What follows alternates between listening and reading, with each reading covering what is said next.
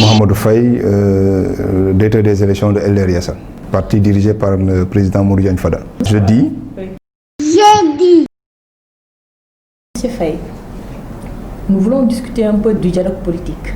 Actuellement, vous êtes censé savoir que M. Seck Idrissa a été désigné comme chef de l'opposition. Qu'en pensez-vous? Oui, à mon avis, il faut mettre ça dans un contexte beaucoup plus global, beaucoup plus large, de renforcement de la démocratie sénégalaise. Il y a actuellement le statut déjà de l'opposition et de son chef. Donc au-delà du titulaire du poste de chef de l'opposition, c'est une réforme qui entre dans le cadre de permettre à l'opposition sénégalaise de manière globale de pouvoir participer au débat, non pas seulement au débat politique ou politicien, mais surtout au débat de construction nationale, au débat de développement, au débat sur les ressources naturelles, au débat sur les institutions à mettre en place, etc. Donc ça entre dans ce cadre-là et il faut vraiment féliciter toute la classe politique, toute la classe politique dans son ensemble, pour encore une fois, aller dans le sens du renforcement de la démocratie, comme je disais tout à l'heure. C'est un grand pas. Il y a la désignation du chef de l'opposition, il y a le statut de l'opposition, le financement des partis politiques également qui entre dans ce cadre-là. Maintenant, plus particulièrement, s'agissant du choix, des critères de choix, au Sénégal, nous sommes sous un régime présidentiel, à la limite présidentialiste. Alors donc, à mon avis, le débat ne devrait pas se poser sur quels critères mettre en œuvre. Le seul critère qui vaille, à mon avis, c'est justement le critère basé sur l'élection présidentielle.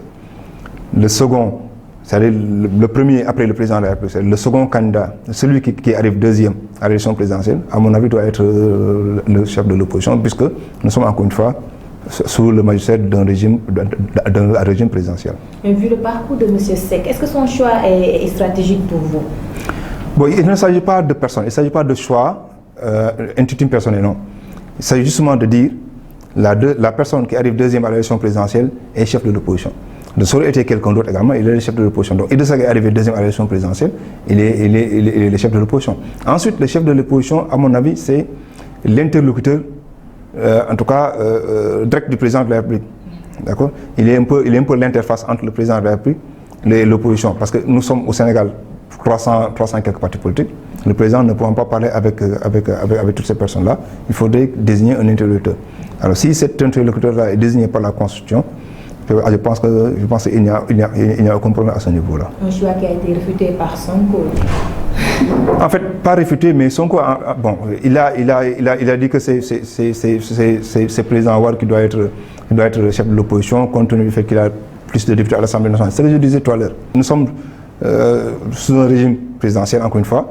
Donc, pour moi, la personne qui doit être chef de l'opposition doit être le deuxième, donc arriver à l'élection présidentielle. Maintenant, le financement des partis politiques globalement répond à ces critères-là de représentativité au niveau de l'Assemblée nationale, du nombre de conseillers, du nombre d'élus en tout cas qu'on a dans les mairies, etc. Donc, si aujourd'hui il y a un critère pour désigner le montant à octroyer aux partis politiques, certainement le PDS aurait la part belle parce que le PDS a plus de députés à l'Assemblée nationale. Le système du parrainage a été suspendu. Donc, qu'en pensez-vous? Je pense que pour le parrainage, déjà, il fallait procéder à l'évaluation de l'élection présidentielle, du système parrainage de l'élection présidentielle. Je pense que ça a été fait. Et il y a eu énormément d'écueils, énormément de quoi qui ont été notés. Donc, à mon avis, il était impossible, dans ces conditions-là, de ramener le même système pour les élections locales. On se rappelle, en 2014, il y avait plus de 2000 listes. Alors, ici, l'organe qui doit recevoir ces candidatures-là, c'est la sous-préfecture ou bien à la préfecture. Ces institutions-là, ces organes-là ne sont pas dotés d'instruments pour pouvoir recueillir toutes ces candidatures-là. Donc, pour moi, à mon avis, il était impossible de mettre encore en place ce système de parrainage-là pour les locales. C'était un filtre.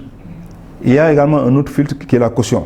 Donc, si la caution peut constituer un bon filtre, à mon avis, on peut s'asseoir en tout cas à ce système de parrainage-là pour les élections nationales, élections présidentielles ou élections législatives à la limite.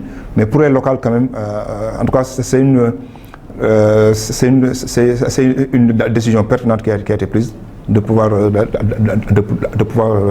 suspendre le système de parrainage. Diaz Barthélémy a insinué que Macky Sall avait mis au point une stratégie pour briguer un troisième mandat. Vous savez, ce qui est marrant au Sénégal, c'est que, en fait, tout le monde est conscient, l'opposition comme le pouvoir, sont conscients qu'il est impossible, dans ces conditions, de tenir des élections locales. La flambée de la Covid en France est due principalement à l'organisation du second tour des élections locales. Il y a une flambée de la maladie. Aujourd'hui, au Sénégal, dans ce contexte-là, parce que nous sommes dans une situation exceptionnelle quand même, la situation exceptionnelle, mesure exceptionnelle. La Covid a fait qu'on ne peut pas tenir ces élections-là. Ensuite, il y a, même au niveau institutionnel, il y a les travaux de la commission sur le dialogue politique. La commission politique est en train de mener ces débats, de mener des discussions, pour pouvoir parfaire un peu ce qui s'est passé lors des élections précédentes. Donc, à mon avis, encore une fois, il n'est pas souhaitable de tenir ces élections-là. En plus maintenant de la Covid, etc.